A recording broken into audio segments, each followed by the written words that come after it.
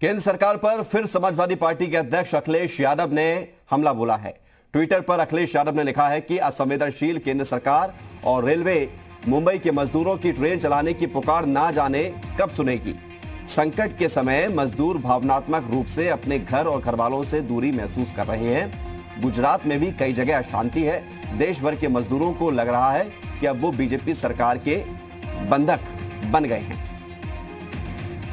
तो केंद्र सरकार पर समाजवादी पार्टी के राष्ट्रीय अध्यक्ष अखिलेश यादव ने ट्वीट करके निशाना साधा है और लिखा है कि मजदूर अपने आप को ये महसूस कर रहे हैं कि वो बीजेपी सरकार के बंधक बन गए हैं। असंवेदनशील केंद्र सरकार रेलवे मजदूरों की ट्रेन चलाने की पुकार ना जाने कब सुनेगी। संकट के समय मजदूर भावनात्मक रूप से घर और घरवालों से दूरी महसूस कर रहा है और गुजरात में भी कई जगह अशांति है।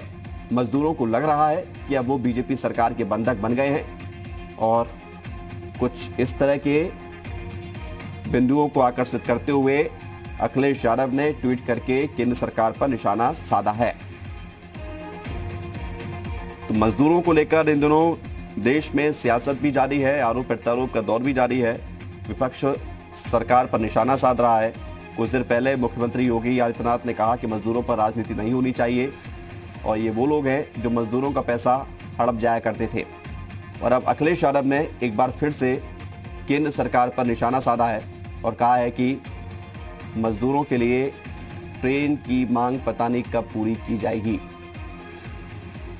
और कहा कि मजदूरों को लग रहा है कि अब वो बीजेपी सरकार के बंधन में है। असंवेदनशील केंद्र सरकार रेलवे मजदूरों की ट्रेन चलाने की पुकार ना जाने कब सुनेगी।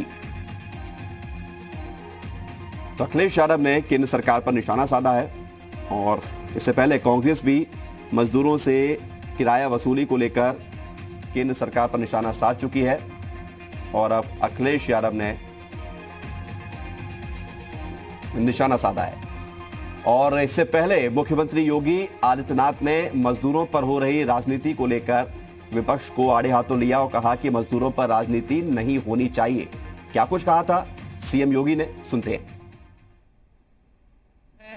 एक तरफ जब गरीब के साथ, किसान के साथ, मजदूर के साथ, युवाओं के साथ और बिना भेदभाव के हर एक तबके के साथ जब सरकार खड़ी है, तब भी कुछ राजनीतिक दल सेवा के कार्य से अलग हट करके केवल राजनीतिक रूप से हर एक मुद्दे में अनावश्यक वेजा राजनीति करने का जो कुत्सित प्रयास कर रहे हैं, यह अत्यंत ही मुझे लगता है कि राजनीतिक गरिमा के प्रतिकूल अभद्र आचरण है।